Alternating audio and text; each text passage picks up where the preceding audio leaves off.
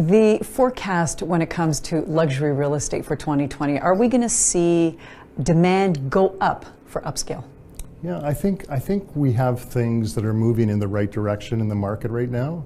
I think we have a lot of the fundamentals are lined up for a very good 2020. A number of the things that are happening right now is we have consumer confidence, which is really high. We have strong fundamentals. We've got low labor employment rates. We've got low interest rates. We have, if you look at the net international migration right now, there was a study that just came out, and I think it was your paper that did it. Basically, there was 493 net international immigrants that have come to Canada versus 595 that went to the US, and we're 1/10 the size. So that shows that we're a global destination, and I think we will continue to be a global destination. And you can say, well, what about these global tensions? Well, I think these global tensions really kind of fortify that Canada is a destination. So I think we're going to have continually strong population growth, which is going to obviously impact both our job market and also the real estate market.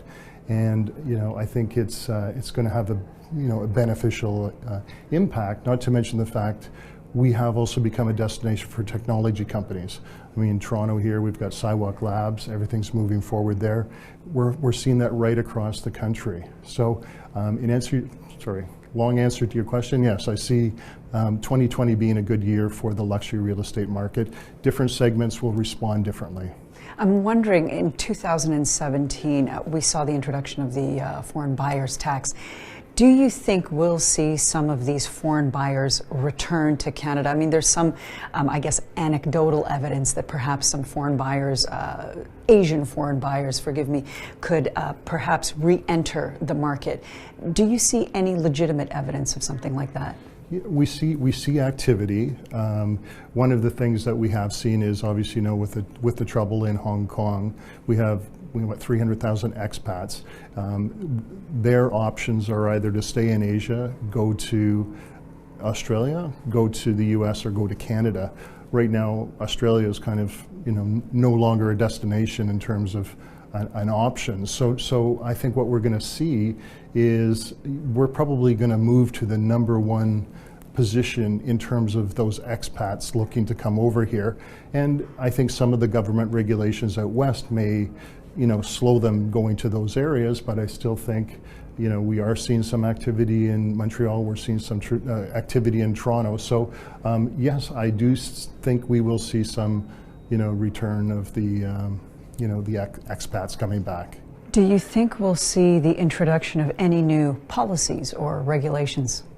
Well, it's interesting. I hope the governments have learned some lessons that a lot of these policies that have been brought forward are based on the demand side of the equation. All our problems really relate to the supply side, and that's an issue that we really have to tackle.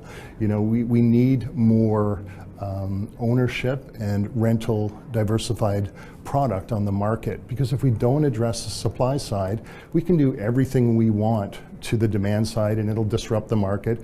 But even the changes they brought in a couple of years ago, they're temporary. They work their way through, they get absorbed into the market, and then there's always workarounds. But we come back to the underlying problem is we don't have enough supply. And even in Toronto, what we're going to see is, it's a hot market. People want to live here.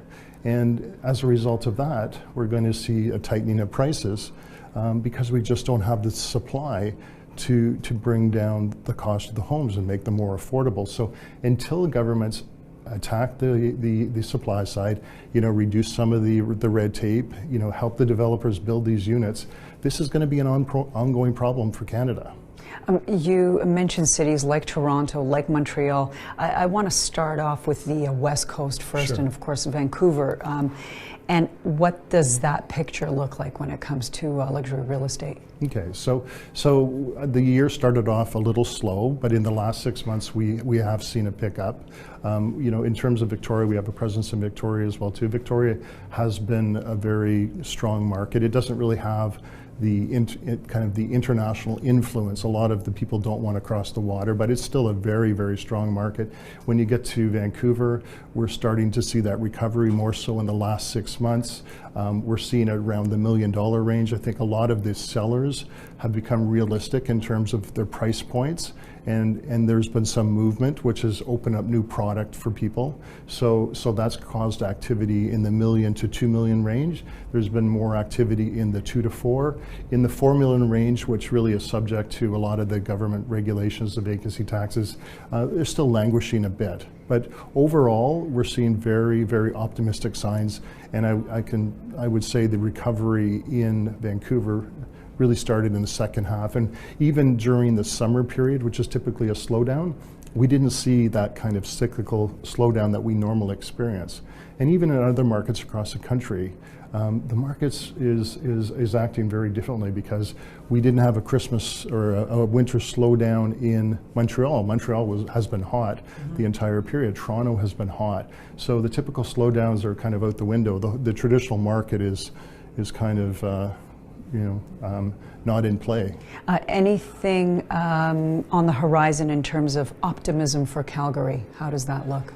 Calgary, yeah, I would like to have some optimism for Calgary. I think we're just waiting to see if the governments can do something. I just heard that there's some policies to try and get job growth going there, and I think until those policies come about, and there's a realignment in terms of the expectation from some of the employees there, things will probably languish a bit. The good news is a few months ago we sold a record-setting luxury property in Calgary, which is a good indicator that product is moving, still moving in the under the $500,000 range.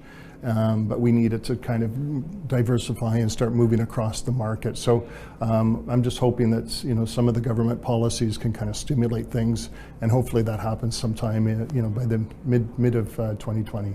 I'm wondering whether or not the luxury real estate market is affected at all by any of these trade tensions, geopolitical tensions, talks of recession, depending on which side of the fence you're on. Right. Does any of that affect the luxury real estate market? Well, it's interesting because I just read a report about how a lot of the markets internationally are starting to pick up in that space.